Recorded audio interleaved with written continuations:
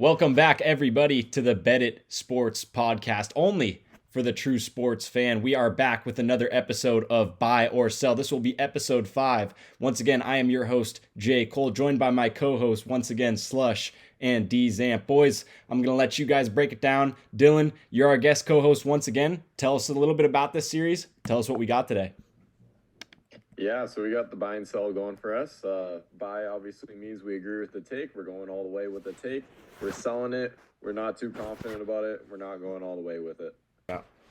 Boys, I think this is going to be our best episode yet. It is episode 5. Each episode feels like we've been kind of trending upwards. I think I'd buy every single episode 1 through 4, but I felt like our last 2, we were really hitting our stride. Boys, let's get right into it with our first buy or sell of the day. Ant Picks says Josh Allen will win a Super Bowl before Joe Burrow. Hashtag buy or sell. Slush, I'm going to go with you first. Tell me what you think about this take. Do you think Josh Allen wins a Super Bowl before Joe Cool? Are you buying or selling this take?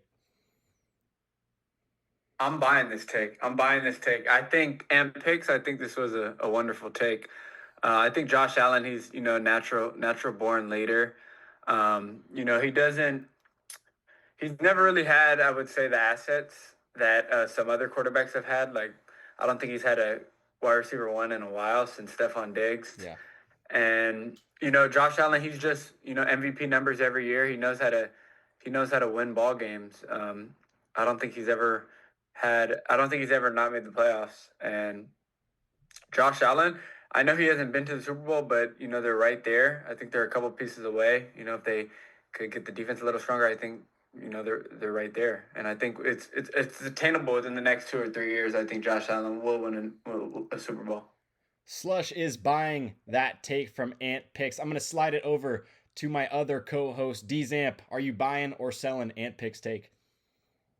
Yeah, I think I'm going to go ahead and I'm going to sell this take. And a big reason that's really putting me over the edge here is that Bills roster does not look great on paper. I can't lie to you, but every single year they prove us wrong. They go on a deep run, but can't get over the hump.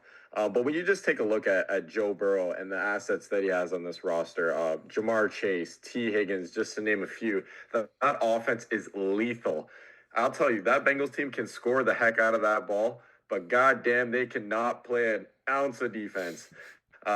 Hendrickson is probably the only guy on that roster that I'm confident in on the defensive side of the ball, which does make it a little bit tougher. That does put it in Allen's argument. But I do think Burrow is the guy. He can throw the ball like a dart right to Jamar Chase, who's probably the best receiver in the NFL if it's not for Justin Jefferson.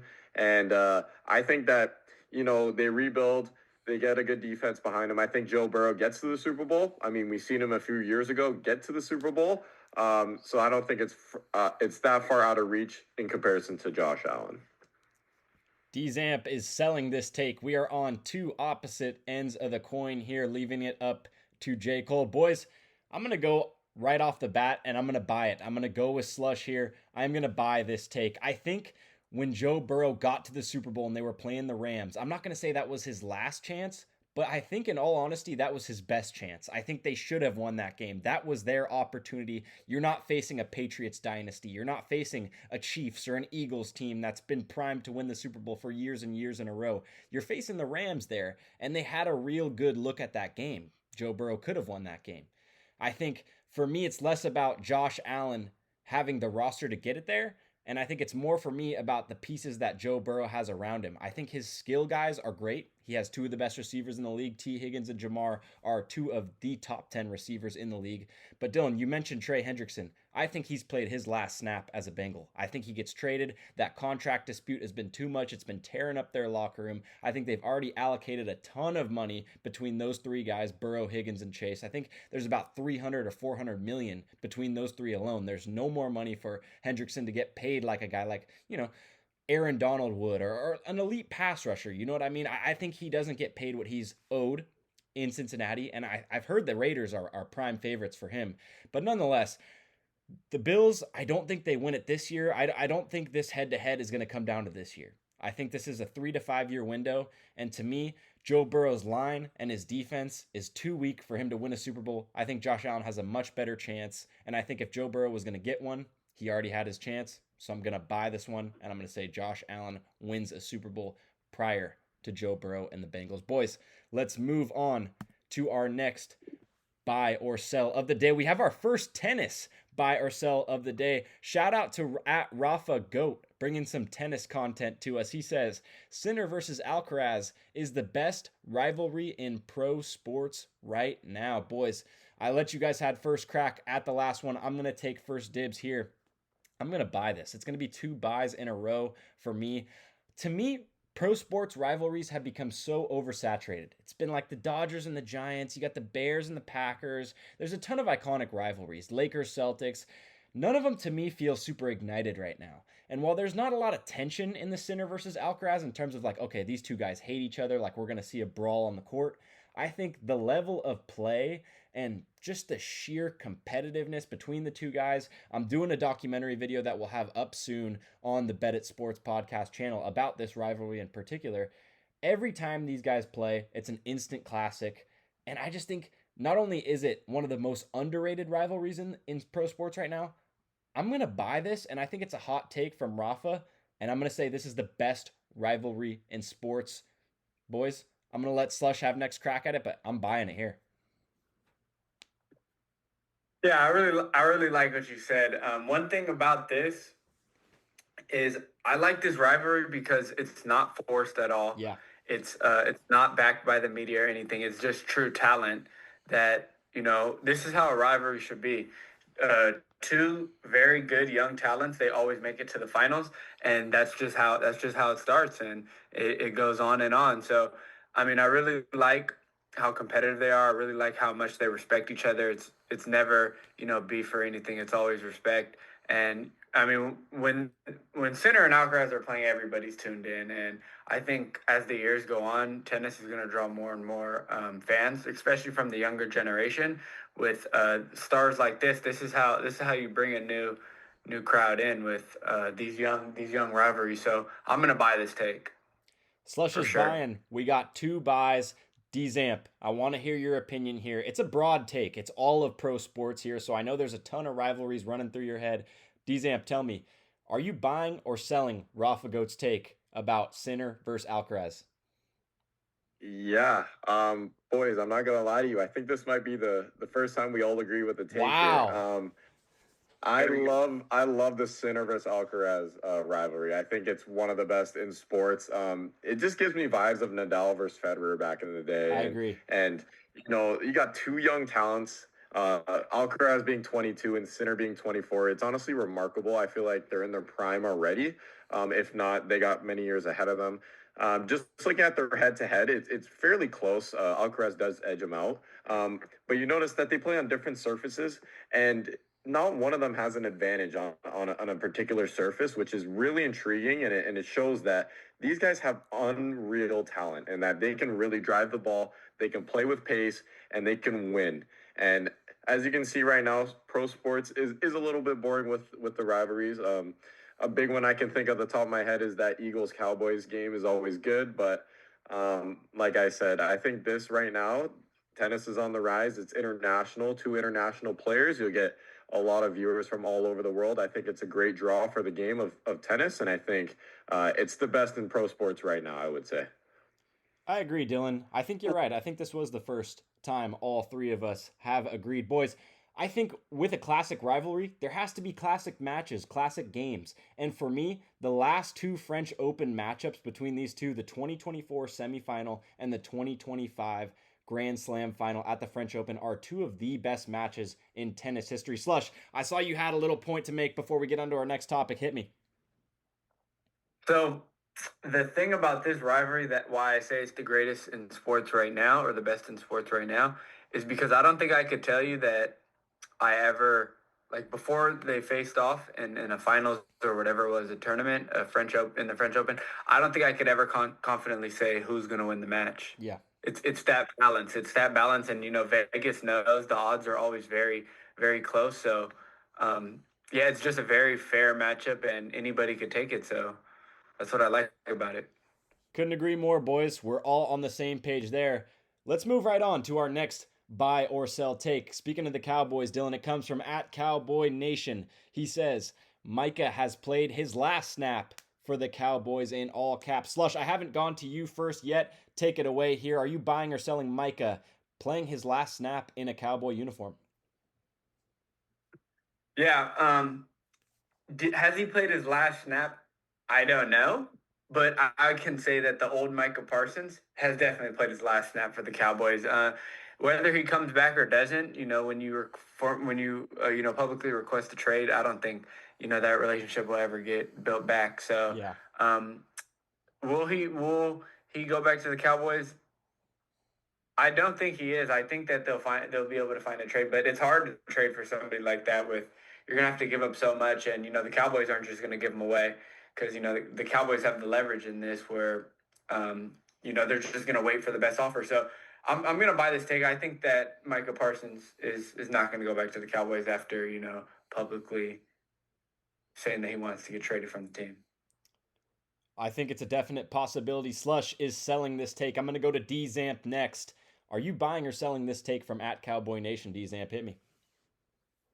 Yeah, I'm gonna say this is all for show. We know the Dallas Cowboys are the biggest market in football at the moment, and I don't see that changing anytime soon. And they got a man at the helm in Jerry Jones, who's an absolute puppet. That guy paid CeeDee Lamb a mortgage for the next 30 million years for the rest of his 4 generations coming up. They just landed George Pickens. Dak Prescott's still on that big deal. I think Micah wants to get paid, and I think he will get paid. They're going to figure it out somehow. They're the Cowboys. They'll find some bootleg way to get that cash. Obviously, Jerry Jones is loaded, so I don't think it's an issue with the money. I think it's the way that Micah presented it on social media and the way he went about it. So I do think he will play a snap as a Cowboy. Do I appreciate it as an Eagles fan? No, I wish he was traded, but like I said, I think he will be there. He's obviously one of the best defensive players in the NFL. There's no ifs, ands, or buts about it. So I think he does remain as a Cowboy. Once again, the boys are split, and it comes down to JCOLE. Boys, before I get into whether I'm buying or selling this take, I think it's all a leverage game. I think Parsons' side is kind of drawing it out so that they do get the money. And it's kind of like they don't want to give the Cowboys the leverage. They want to say, look, Micah Parsons is not only one of the best players in football, he's also a brand. And that brand he brings makes the Cowboys more popular. When you go to the Cowboy Stadium and when you go to Dallas, when you go to Texas, you see Parsons jerseys all over the area. He's a very popular player. But boys, I'm going to go ahead and side with DZAMP. I'm going to sell this take. I think Geriatric Jones he's going to sell one of those massage parlors where they're not doing much massaging. I think he's going to sell a couple of those. I think he's going to get a couple $100 million, and he's going to write a blank check for Micah Parsons, and he will be back on the field for at least 4 or 5 games. I think this take is saying it's his last snap for the Cowboys. I think even if they do trade him, it'll be later in the year, but I think they do sign him to an extension, and I think this is all a facade. I'm going to agree with DZAMP. We got 2 sells, 1 buy here. Let's move right on, boys. Into our 4th take of the night. I believe this is our first MMA take of the series, boys. So we've had our first tennis take and our first MMA take, boys. This episode is right up my alley. It comes from @MMA Fiends. He says, Topuria will be the MMA GOAT when he retires, surpassing John Jones and George St. Pierre. Buy or sell, boys. I'm going to take the reins on this one. This is very contingent on whether Topuria can stay healthy and how long he stays in the game. The thing for me is he's inevitably going to move up and fight Islam Makhachev when he wins that 175-pound belt. That is a very scary fight for his legacy, because for me, as an MMA fan, if he loses to Islam Makhachev up a weight class trying to go for history and trying to become the first fighter to win 3 belts in 3 different weight classes, for me personally, it does nothing to damage his legacy if he loses. But to the eyes of the casual fan and to the eyes of all the other fans, I think they're going to say, well, how can he be the GOAT if he lost to Islam? But here's the thing. if he goes up and beats Islam and becomes the first guy to have belts in 3 divisions with wins over Volkanovski, Holloway, Charles Oliveira. He's going to have at least 2 more lightweight defenses, and then he goes up and beats Islam Makhachev for his 3rd belt. Boys, he is the greatest of all time, and it is undisputed. There is no evidence there. Like Dylan said, there are no ifs, ands, or buts about it, but it's all contingent on that matchup for me. I think that's the biggest matchup the UFC can make. Pound for pound number 1 versus pound for pound number 2, Topuria versus Makhachev. For me, that bout determines who is the greatest of all time. If Islam can beat Topuria, for me, he's the greatest, especially if he can beat Jack Della Maddalena and become the 170-pound champ. And if Topuria can go up, first triple champ, absolute legacy. By that time, he'd be about 19-0. Boys, it's very contingent. This quote says he will be, not he could be. Could he be? Absolutely. I think the matchups are there for him to be the greatest of all time. No doubt about it. Will he be? I'm going to sell it, boys. I can't see him beating Islam Makhachev. I think he's too big. I think he's too well-rounded. But, boys, if he does, I'm buying all day that he's the greatest of all time. Dylan, I know you're a big MMA fan as well. Your fellow Canadian GSP mentioned in this tweet. Tell me, are you buying or are you selling Topuria retiring as the MMA GOAT? Yeah. So I want to admit something. I thought Ilia Topuria was one of the most overrated UFC fighters of all time. I'll admit it. I thought, this guy's not fighting real fighters. That was before he fought Alexander Volkanovski and absolutely dismantled him. And I said, okay, Volk maybe just had a rough day. He's getting old. He's a bit washed. Then he goes in and fights Max Holloway, who absolutely dominated Justin Gaethje with that unreal knockout. That's probably one of the best of all time in UFC history. Yeah. And absolutely dog walks Max Holloway. So we're like, okay, Ilia Topuria might be legit here. And then goes in and absolutely KOs Charles do Bronx Oliveira in round 1 and puts the world on notice. And like you said, if he fights Islam Makhachev and he wins that belt, holy shit, this is going to be crazy. I think he does become the MMA GOAT. And you look at John Jones' legacy, and obviously John Jones is outstanding fighter. He does have his problems, though. Charges, steroids.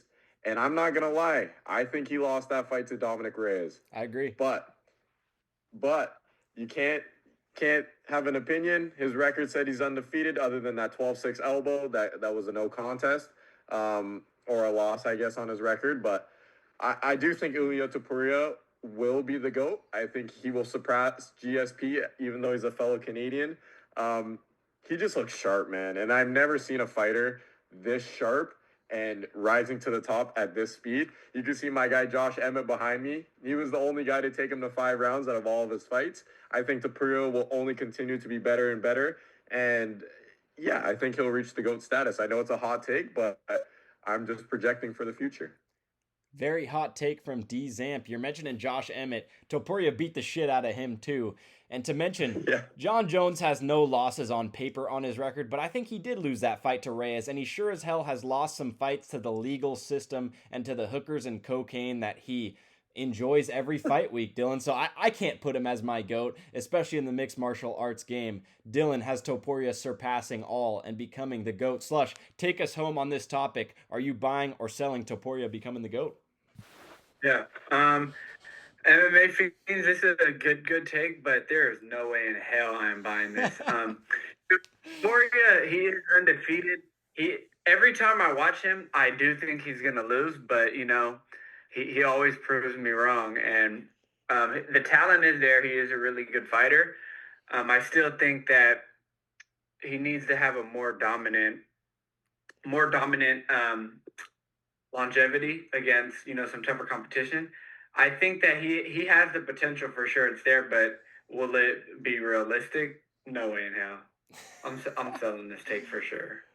I think that he's getting someone, and he's not gonna be ready, and I'm just gonna be waiting. Like, I knew it was gonna happen eventually, but I'm waiting on that day he gets knocked on his ass.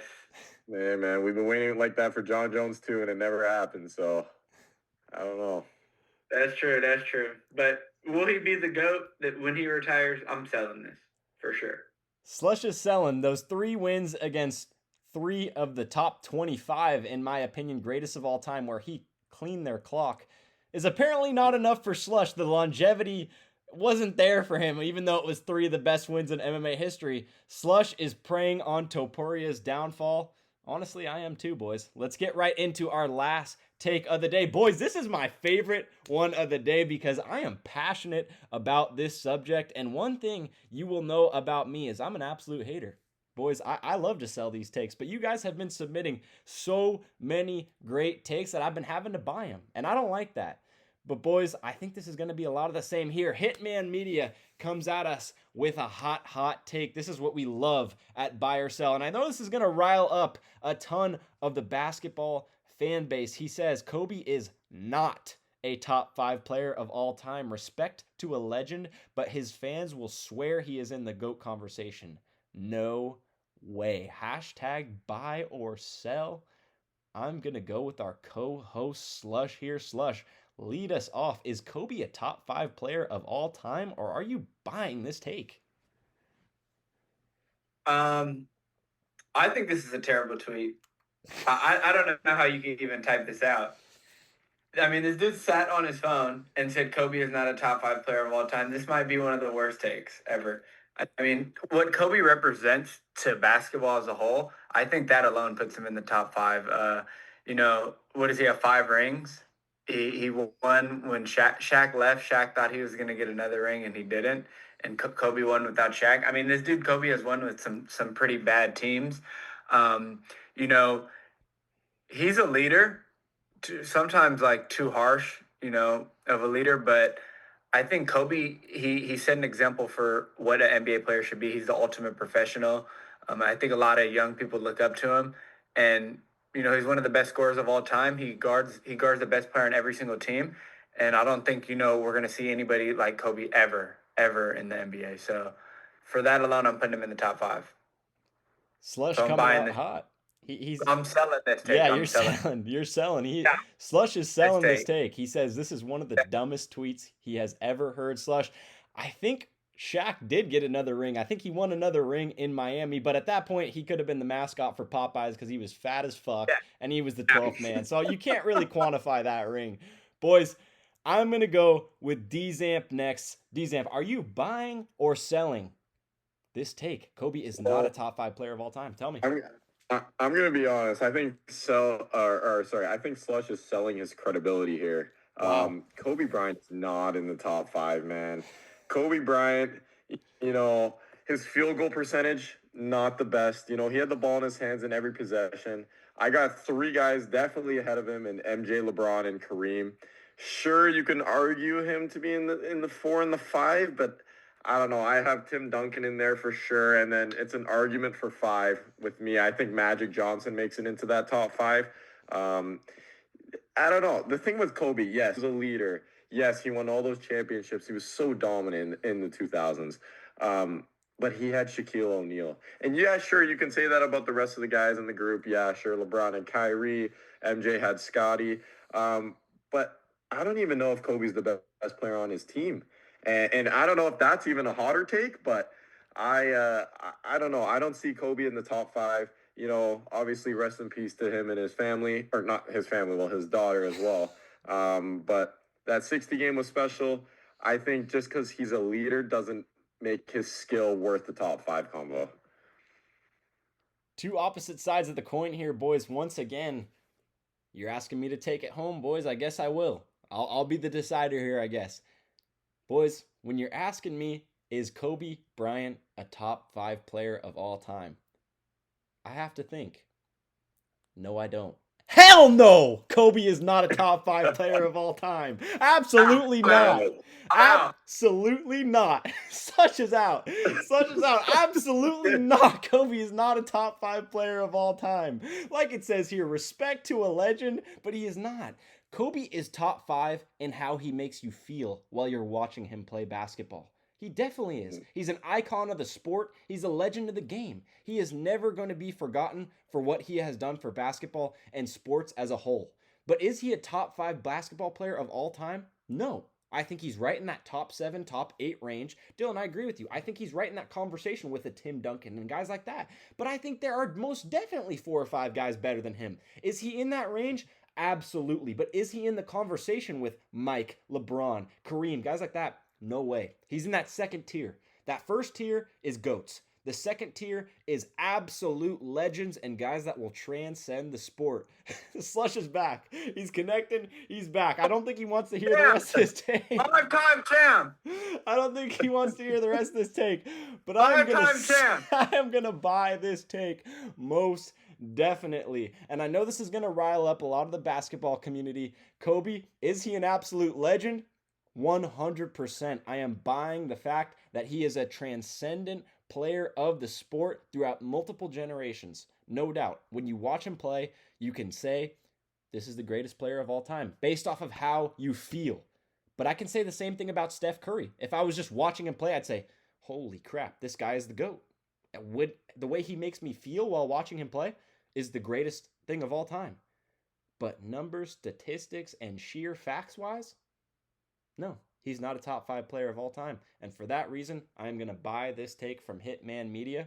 Boys, I think this has been our best episode. I know I'm going to keep saying that, but we're just going to keep getting better. That's all we do. Once again, shout out to our boy DZAMP. He stayed up late. He is on the eastern side of Canada, so he's on Eastern time, boys. Me and Jacob Antony are on the West Coast. Slush, I know you're showing the highlights. I need you to close out the video, bro. I need you to get off mute, and I need you to close out this video for us. I've done my job as the host. I'm JCOLE. Boys, DZAMP, Slush, I'm out. You guys take it away. We out. Mamba mentality. We out of here. Hey, man, you sold your soul for that take, man. Kobe is no way he's in the top 5, man. Come on. We're out, boys. Bet it out.